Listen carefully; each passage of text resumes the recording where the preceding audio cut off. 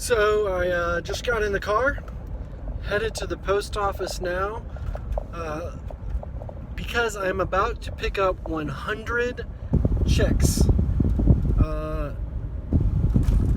Chickens, that is. Didn't know if you know this, but you can order chickens through the mail. And so I am on my way to the post office now to pick up 100 of them that will eventually go into the freezer and go to local families in our area for dinner. And excited about this day. It's always a fun day to go pick up new chicks and introduce them onto our farm. So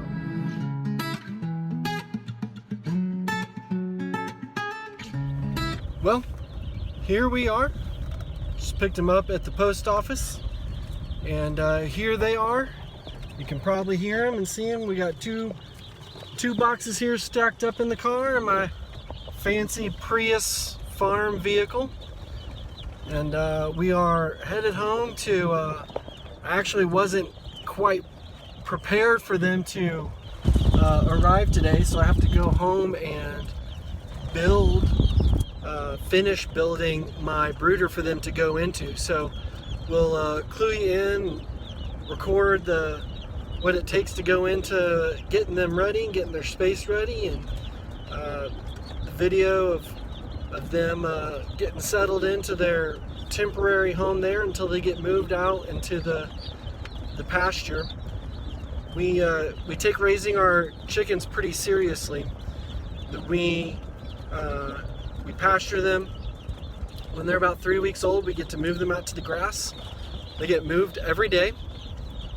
They're in an 8 by 12 foot chicken tractor, what we call it. It's a portable pen, and they will never be on the same patch of grass twice in their lifetime. Now, these are Cornish crosses, so they will reach full maturity in 8 to 10 weeks, at which point we will process them, and we will freeze them and package them. I guess we'll package them before we freeze them, and they will get to go to their new homes and serve families. So not only do we feed them out on the pasture, they get to be chickens, as Joel Salatin says. We allow them to explore their chicken nests. So they forage for bugs. They enjoy the lush green grass that we have out there on the pastures. And additionally, we feed our chickens a non-GMO meat bird feed as a supplement to their grass and foraging. And so they are antibiotic free, they are hormone free, they are non-GMO, and they are pasture raised chickens. So we're pretty proud of the chickens that we grow and produce and provide to local families, and we think that they taste delicious. So I hope you'll stick around and track our progress with us as we grow these up and raise them and send them to the table of our friends and family. So here is our brooder. As you can notice, it is not fancy. Here is Pax modeling it for us. But it's not fancy, it's not pretty. It's literally built from scrap wood we have laying around and some hardware cloth we had.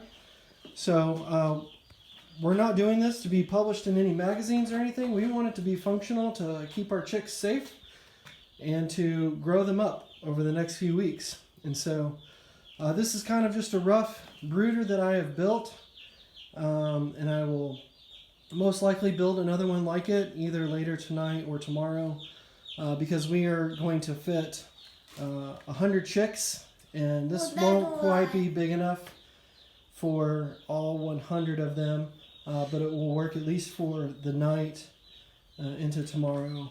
But hopefully I can try to get another one built. All right, the moment has come.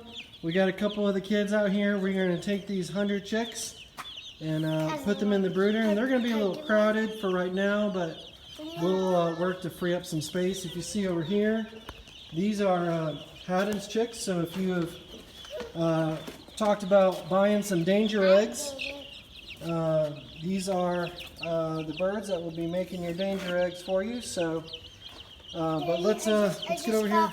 Just go in. Okay, so why don't you guys carefully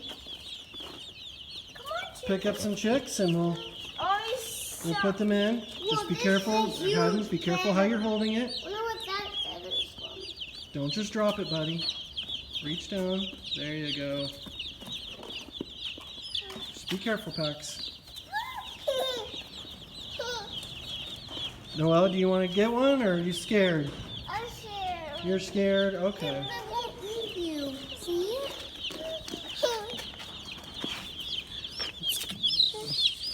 And be careful. See these guys? Super cute little fluffy yellow chicks.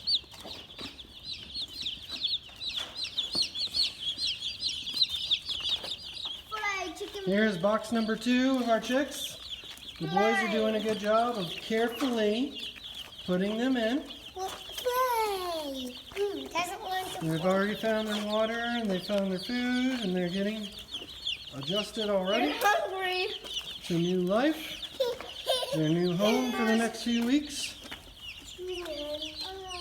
Haddon is a master chicken handler. Just be careful with them. You can touch one. Noelle is amazed at them, but afraid to touch them. So here it is, 100 chicks in the brooder, getting to know each other and enjoying their food and their water. Again, like I said, this brooder is not fancy, it's protective and functional. We care more about that than we care about the aesthetics of it. And they are finding their water, and what we like to do to boost their immune system, because right now they have been traveling and they've been under some stress.